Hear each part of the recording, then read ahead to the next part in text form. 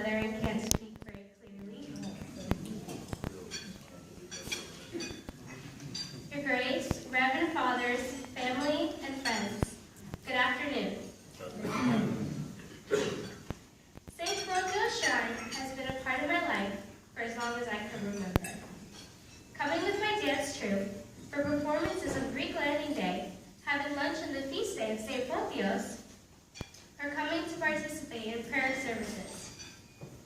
As a privileged child who lives close to this historical monument, I never realized the huge significance St. Photios Shrine has in the eyes of other people who are not as lucky. It was a significant turning point for me when I discovered the life-transforming impact that St. Photios has, especially on the people that are seeking a personal and intimate relationship with God, and on others who simply walk through the doors of this unique place out of curiosity or appreciation for history.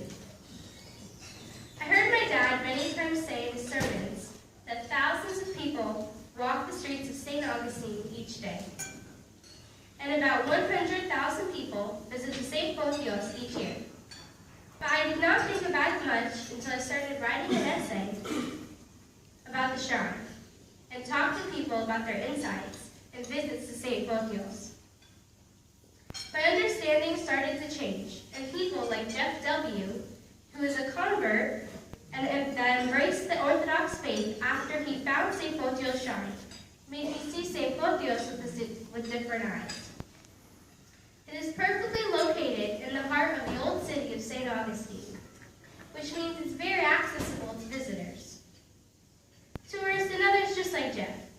When he stepped through the doors of the shrine, he was in awe and said the iconography and the artwork were beautiful.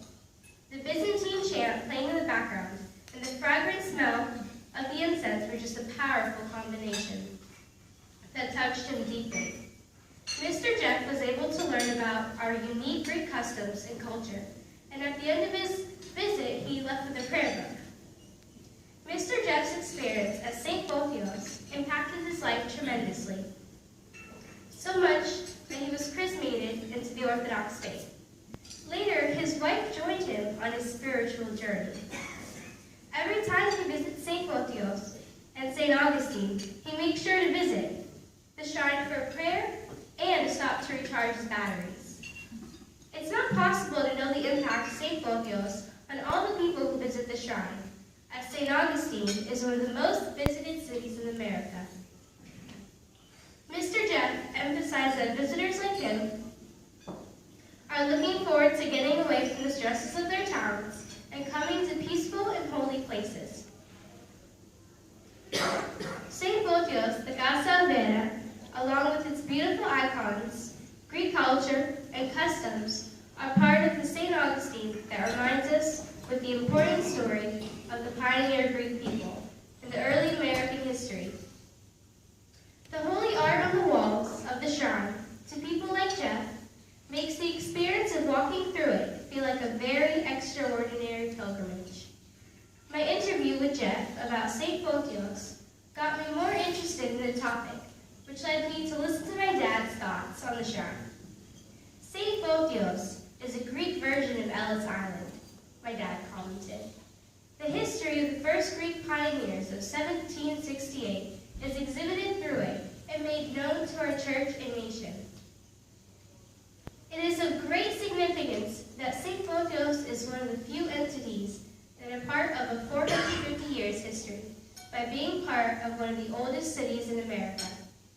The shrine preserves our history through the exhibit it hosts, such as pioneering Greek Orthodox priests in America, that highlights the history of the early Greek Orthodox people who have come here. Other museums may have more historical or religious items to show, but St. Photios gives people a feeling they're at home. I learned that St. Photios is not only a museum that has beautiful artifacts, attractive bookstore, or elegant celebrations. It's a live organism that continues to produce life and inspire creativity. One example can be found in the story of the pioneer Greeks after their emancipation and the ending of the New Smyrna colony. they started a new chapter at St. Augustine because of the resolute spirit of the Greek culture. The strong spirit led to the establishment of St. Photios itself and to acquire a place for it, the most central spot in the heart of the historical city of St. Augustine. Researching more about the shrine and its history, I found out that the Orthodox Mission Center, OCMC, was born within the walls of St. Photios Shrine, before it obtained its own magnificent facilities. OCMC has given life and joy to countless people around the world, carrying the messages of Christ to them. St. Photios is a focal place where the yearning human spirit from different cultures can congregate, my dad said. It's interesting that a shrine named after St. Photios, the defender of the Orthodox faith from the royal city of Constantinople, is hosted on the streets of St. George, another defender of the faith from the Holy Land. They both come together in a city named after St. Augustine, who is a famous saint from the West, attracting thousands of people every day. Most of St. Augustine and St. Photios Shrine visitors have not grown up in the Orthodox faith or are not familiar with the Greek culture and history. With everything it has to offer, it allows them to take away a touch of holiness. It leaves them with some knowledge about the Orthodox faith and grants them a sense of appreciation for Greek culture. I concluded that St. Photios is more than a museum, historical or sacred site for the purpose of merely sightseeing. It gives people a feeling of peace in today's fast-paced world. Can St. Photios be the fountain of youth that Ponce de Leon came here looking